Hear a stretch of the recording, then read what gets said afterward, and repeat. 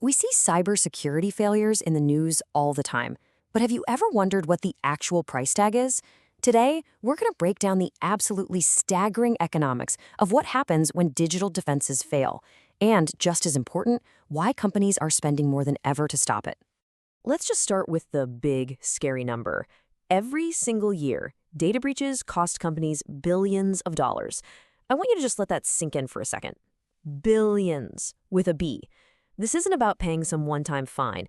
It's a whole cascade of costs that can cripple even the biggest organizations out there. And look, this isn't some abstract threat that only happens to other people. We've all seen the headlines. Recent breaches at huge, well-known corporations prove that it doesn't matter how big you are. No one is immune. The threat is real, and it is universal. So that brings us to the real heart of the matter. When we say a breach is expensive, what are we actually talking about? As you're about to see, it is so much more than just the initial data theft. It's a long, painful, and financially draining nightmare.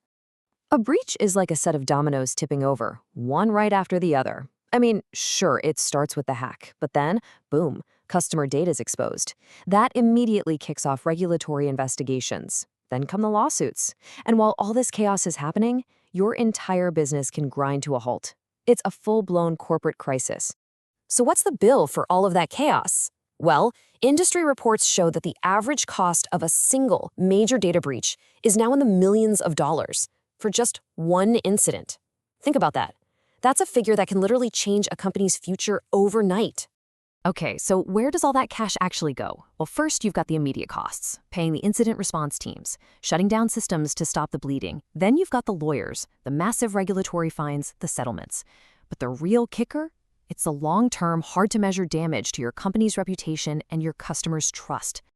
And this is where it gets really dangerous. This isn't just a bad quarter on an earnings report. Nope.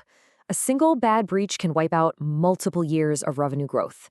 The shockwaves from one event can be felt for a very, very long time. So this leads to a pretty logical question, right? If the stakes are this high and companies are pouring more money than ever into cybersecurity, why on earth do these things keep happening? It feels like a total paradox. Well, the tough reality is that the defenses are up against some really persistent problems. A lot of companies are still running on old legacy systems that are a nightmare to secure.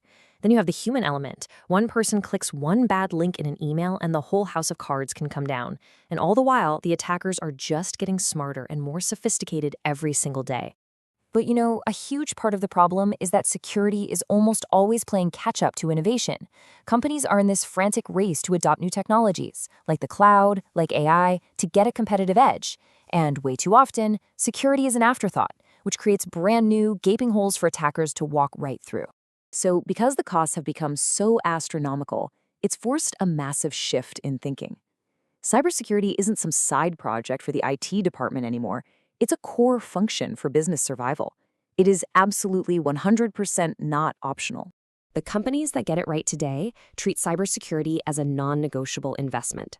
For many, it's a strict compliance requirement they have to meet. It's a major risk issue that gets discussed at the board level. And it's seen as a fundamental part of a company's infrastructure, just like their servers or their software. And I think this quote just nails the modern perspective perfectly. Cybersecurity isn't about fear. It's about risk management at scale. It's not about being scared. It's about making a strategic calculation. Understanding the insane cost of failure is precisely why companies are willing to invest so much to protect themselves. So, we know why they're spending the money, but what are they actually spending it on? In our next explainer, we're going to break down the specific cybersecurity tools that enterprises are paying for. Hope to see you then.